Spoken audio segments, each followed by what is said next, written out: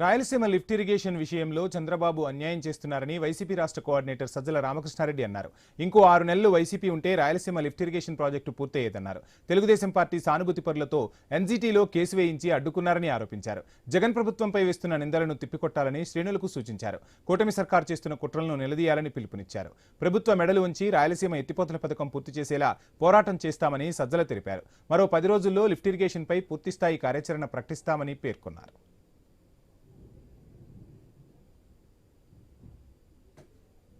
లిఫ్ట్ను ఈరోజు కావాలని ఆపేసిన నేపథ్యంలో ఎలాగైనా దాన్ని మొదలు పెట్టించడం అనేది సాధ్యం కావాలంటే చంద్రబాబు నాయుడు గారు చేస్తున్న అన్యాయం ఏదైతే ఉందో తెలిసి చేస్తున్న అన్యాయం దాన్ని కేవలం ఎండగట్టడమే కాకుండా ఈ ప్రభుత్వం మెడను వంచి ఈ ప్రాజెక్టును పూర్తి చేయించడం, మన స్టేట్లో మన ముఖ్యమంత్రి ఈ ప్రభుత్వం అనుమతులు లేకుండా ఇక్కడ పని ఎట్లా మొదలు పెడతామని ఒక్కోసారి ఏం చేస్తున్నారు.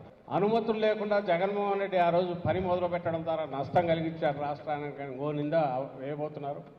ఏ అనుమతులతో ఇంతకుముందు ఆల్మట్టి అక్కడ కట్టారు, ఏ అనుమతులతో ఇప్పుడు మళ్ళీ దాన్ని హైట్ పెంచబోతున్నారు. పూర్తయిన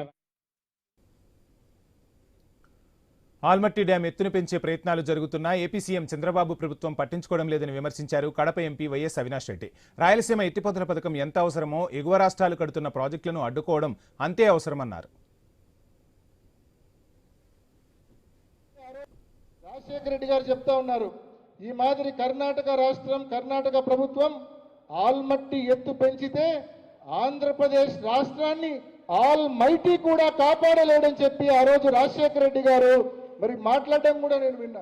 అంటే ఈ మాదిరి మరి రెండోసారి మళ్ళా ఆల్మట్టి ఎత్తు పెంచే దిశగా కర్ణాటక ప్రభుత్వం పనిచేస్తూ ఉంది.